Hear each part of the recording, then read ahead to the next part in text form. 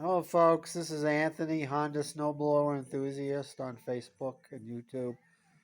I wanted to show you what I'm working on. I posted this before.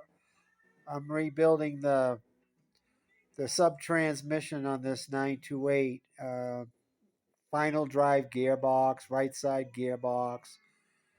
Um, I put the machine up on the nose. It's a big job because you got to take everything off. You got to take the tracks, the wheels, the crawler plates have to be removed. The pedal needs to be removed. Here's the tracks and the wheel over here. It's a big job. Honda Tech can do it in about 2.5 3 hours, but it takes me a little bit longer. Um, what I do is I take the engine off because it's just easier for me. It takes about 15 minutes to take the engine off, so it's a lot easier. Excuse me, to take us all apart. Now you've seen some videos. If you're thinking about doing this and you're watching the videos on YouTube, there's a pretty good one. It's called Honda HS1132 won't drive. It's sped up quite a bit, but what you can do is you can slow down the speed and watch him do it, and watch that several times and make notes. But a lot of people, will rebuild the gearbox while it's still attached to their hydro gear shaft here. But I prefer to take the whole thing out, and then that way I can rebuild it on the bench. Now I just finished this yesterday. Here it is right here. I've got it in a clamp. I got the axle. I had to put a new axle with a pin. I clamp down the axle, and then the gearbox is right here. See, so I can rebuild the gearbox with the new. Here's the old the gear. Uh, two of these gears. Whoops. Two of these gears had chipped teeth. They had chipped teeth, so they went in the trash. And the bearings are probably new. Let me see. I find stuff all over the floor. Well, anyways, I changed the counter shaft because you see these splines right here. Uh, they may be damaged. Sometimes this will be the only problem in the gearbox. The splines are worn or whatever, and it's skipping. So for 25 bucks, I'd rather replace this. Okay, so I don't have to do it again. So I changed the bushings too. I don't have it. Here's one. See, you can see it's worn. This goes right there. This plastic bushing. So I changed this. You see how it's all ate up?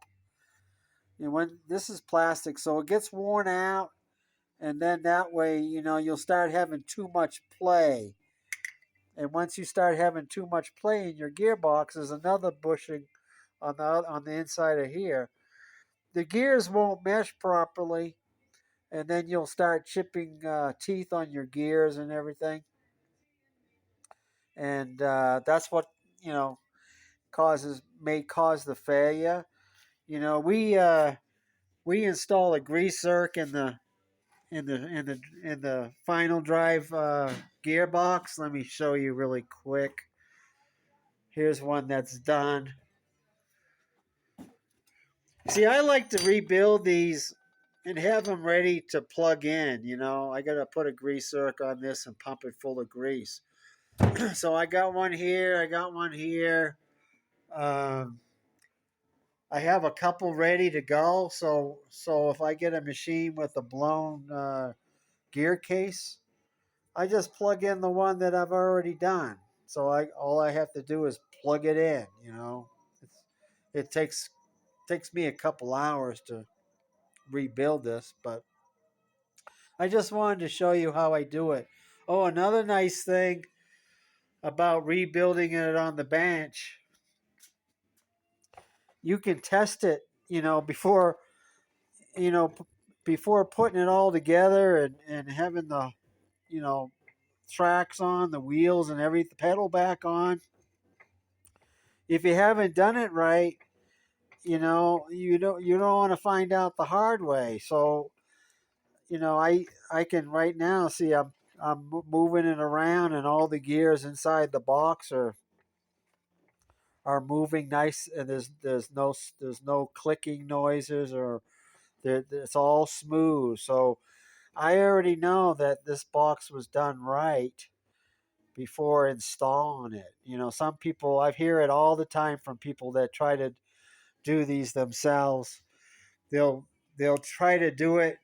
They'll try to do it, here in frame, and they'll plug back. They'll put the side cover back on. They'll put the pedal back on, and the side and the crawler plates. They put it all back together like this, and then when they try it, it's clicking, it's making noise, it's not working correctly. It could be any number of reasons. It could be maybe you forgot to put a washer in there. Maybe something else wasn't done correctly. You got your bearings, you got your bushings, you got some washers. So you got to make sure your washers are done right. Otherwise, the gears won't mesh properly.